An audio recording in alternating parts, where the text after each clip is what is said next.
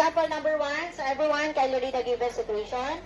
Choosing a shape from the set, circle, square, triangle, rectangle. Find the theoretical probability Of selecting a triangle. So to find the probability of selecting a triangle, step 1, we need to identify first the sample space. Okay, so based on the given situation, Kasan, what is the sample space here?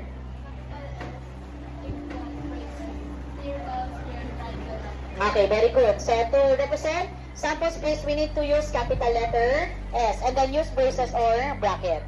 Okay, after getting the sample space, anak, next we need to find the favorable outcomes. So how to find the favorable outcomes? Depende yan, anak, sa kinukuhang probability. Ang sabi dito, what or find the theoretical probability of selecting a triangle. Saan po manggagaling yung sagot, anak, sa favorable outcomes? Dito po sa sample space. Ano daw po yung hinihingi sa ating questions? Okay, so meaning, favorable outcomes is represented by capital letter E, and then sulat mo lang yung hinihingi, triangle. Then after that, sa pag nakompleto na natin, yung sample space at favorable outcome, madali na nating makukuha yung probability of a single event. So just combine the number of favorable outcomes over the total number of the sample space. Ilan yung favorable outcomes?